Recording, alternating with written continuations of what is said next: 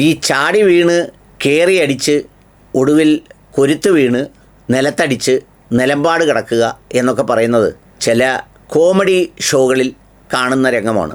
ഇന്ന് കോമഡി സ്കിറ്റുകളുടെ കാലത്ത് ഇത്തരം കാഴ്ചകൾ കണ്ട് ആളുകൾ കുലുങ്ങി ചിരിക്കാറുണ്ട്.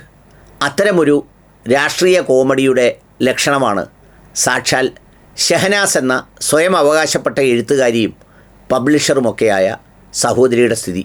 സഹോദരി ഈ രാഹുൽ മാങ്കൂട്ടത്തിൽ കേസിൽ ഒരു സുപ്രധാന കക്ഷിയോ അല്ലെങ്കിൽ അത്തരം സംഗതികളോ ഒന്നും ആയിരുന്നില്ല. എന്നാൽ ഈ ഞങ്ങളുടെ നാട്ടിൻപുറത്തൊക്കെ ചില സംഗതികളുണ്ട്. ഈ ചിലതിലങ്ങോട്ട് അഡിക്റ്റായി പോകുന്ന ആളുകൾ, ഇപ്പോൾ ചില ചെണ്ടയടി കേൾക്കുമ്പോൾ ചിലർക്ക് തുള്ളൽ വരും. ചിലയിടത്ത് ഈ റാത്തീബൊക്കെ നടത്തുമ്പോൾ ചില ആളുകൾ അത് മൈക്കിലൂടെ കേട്ടാൽ ഓടി അത് നടത്തുന്ന സ്ഥലത്തേക്ക് എത്തും. എന്താണെന്ന് ചോദിച്ചാൽ അതിലിങ്ങനെ അവർ അഡിക്റ്റായിരിക്കുന്നതുകൊണ്ട് സംഭവിക്കുന്നതാണ്. അതുപോലെ ചില മനുഷ്യരുണ്ട്. ഞാൻ ചിലരെക്കുറിച്ചൊക്കെ പരാമർശിച്ചിട്ടുണ്ട്. ഒരു ഏറ്റവും പുതിയ അവസരം കാത്ത് ഇങ്ങനെ ശ്രദ്ധയോടിരിക്കുകയാണ്. ആ കിട്ടുന്ന അവസരത്തിൽ അവരതിൽ കക്ഷിയല്ലെങ്കിലും കയറി കടന്നാക്രമിച്ച് അതിൽ ഒരു കക്ഷിയായി മാറി കുറച്ചു കാലം മാധ്യമങ്ങളിൽ അങ്ങനെ നിറഞ്ഞു നിൽക്കും. അപ്പോഴേക്ക് ബൈറ്റ് എടുക്കുന്നു, അതെടുക്കുന്നു, ഇതെടുക്കുന്നു, ഇതെല്ലാമായി ഒരുപാട് മാധ്യമപ്രവർത്തകർ ചുറ്റിനും കൂടും. അവരെ കുറ്റം പറഞ്ഞിട്ട് കാര്യമില്ല. അവരാ കിട്ടുന്ന സാഹചര്യത്തിൽ അവരുടെ ചാനലുകൾക്ക് റീച്ചുണ്ടാക്കാനും അവരുടെ ജോലി ഉറപ്പിക്കാനും അവരെ സ്ഥാപനത്തെ രക്ഷപ്പെടുത്താനും വേണ്ടി നടത്തുന്ന ഒരു കഠിന പരിശ്രമമാണ്. ആ പ്രവർത്തനത്തിൽ കുടുങ്ങിപ്പോകുന്ന ഒരുപാട് പേർ പണ്ടുമുണ്ട്, ഇപ്പോഴുമുണ്ട്. പണ്ട് ഞാൻ എപ്പോഴും ഓർക്കും, സുലൈമാൻ സേട്ടു സാഹിബിനെ ഇതുപോലെ എല്ലാവരും കൂടി ആവേശം കൊള്ളിച്ചാണ് അദ്ദേഹം വേറൊരു പ്ലാറ്റ്ഫോമിലേക്ക് മാറുന്നത്. അതുപോലെ തന്നെയാണ് നമ്മുടെ PV അൻവർ MLA. അദ്ദേഹത്തെക്കുറിച്ച് ഞാൻ കഴിഞ്ഞ ദിവസം വെറുതെ ഓർത്തു. നല്ല സ്വസ്ഥമായി ഒരു MLA ആയിരുന്ന സ്ഥലത്തുനിന്ന് അത് രാജിവെച്ച് അവിടെ മത്സരിച്ച് അദ്ദേഹം ആർക്കെതിരെയാണോ അക്കാലം അത്രയും നിലപാടെടുത്തത് അദ്ദേഹത്തിന് ആ മണ്ഡലവും സമ്മാനിച്ച് ഇപ്പം ഏറ്റവും കടുത്ത മത്സരം നേരിടുന്ന ഒരു സ്ഥലത്തേക്ക് അദ്ദേഹം പോകേണ്ടി വന്നിരിക്കുന്ന ഒരു സ്ഥിതിയാണുള്ളത്. അവിടെ തന്നെ തുടർന്നിരുന്നെങ്കിൽ എന്നും എത്രയോ സേഫായിരുന്നു പുള്ളിയെ സംബന്ധിച്ച്. ഇനി പാർട്ടി മാറിയാൽ പോലും പോട്ടെ, അത് വേറൊരു വിഷയം. ഇവിടെയും അതുതന്നെയാണ് കഥ.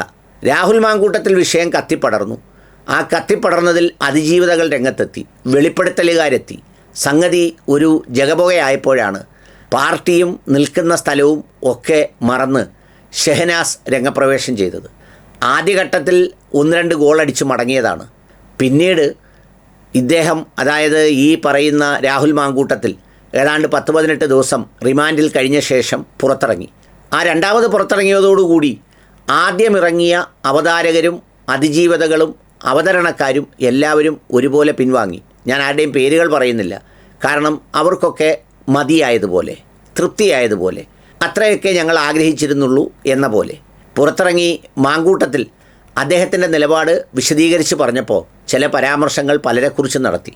ആ പരാമർശം നടത്തിയവരൊക്കെ അത് കിട്ടേണ്ടത് കിട്ടിയവൻ്റെ ഒരു വികാരമായോ മറ്റോ അങ്ങ് സ്വയം ആശ്വസിച്ച് സമാശ്വസിച്ചിരിക്കുമ്പോഴാണ് സാക്ഷാൽ ഷെഹനാസ് മാഡം രംഗത്തെത്തിയെന്ന് മാത്രമല്ല, വർദ്ധിത വീര്യത്തോടെ ആഞ്ഞടിച്ച് ബാക്കി വന്ന അവതരണക്കാരെയൊക്കെ വല്ലാണ്ട് കീഴ്പ്പെടുത്തി മുകളിലേക്ക് ഉയരുന്നതായി തോന്നി.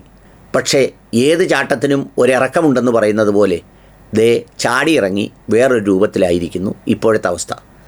ഇപ്പോൾ എന്തൊക്കെയായി സംഗതി? IAS ആഘോഷം പുറത്തു വന്നു, വേറെന്തൊക്കെയോ വ്യക്തിപരമായ കാര്യങ്ങൾ പുറത്തു വന്നു. ഇപ്പോൾ ഏറ്റവും ഒടുവിൽ DGPക്ക് നിയാസ് മലബാരി എന്ന് പറയുന്ന യൂത്ത് കോൺഗ്രസ്സുകാരനും അതുപോലെ സോഷ്യൽ മീഡിയ ആക്ടിവിസ്റ്റും കേസ് കൊടുത്തിരിക്കുന്നു. സംഗതി ലൈസൻസിലെ പേര് വേറെ ഏതാണ്ടിൽ പ്രിയ സജീഷ്, വേറെ ഏതാണ്ടൊരു രേഖയിൽ വേറെ ഏതാണ്ടൊരു പേര്, ചുരുക്കത്തിൽ 3-4 പേരും. പിന്നെ എപ്പോഴും വിദേശയാത്ര നടത്തുന്നത് കള്ളപ്പണം വെളുപ്പിക്കാനാണെന്നുമൊക്കെ പറഞ്ഞ് വേറൊരർത്ഥത്തിൽ കുരുക്കി പരാതിയിൽ പെട്ടുകിടക്കുകയാണ് ഈ വനിതാ മാഡം. യഥാർത്ഥത്തിൽ വല്ല കാര്യമുള്ളതാണോ? എന്തെങ്കിലും കാര്യമുണ്ടോ? ഇതിൽ വല്ല കക്ഷിയുമാണോ? ആരോടോ എന്തിനോടോ ഒക്കെയുള്ള അസൂയയോ പകയോ ഒക്കെ തീർക്കാൻ വേണ്ടി കോൺഗ്രസ്സുകാർക്കൊരു പ്രത്യേകതയുണ്ട്.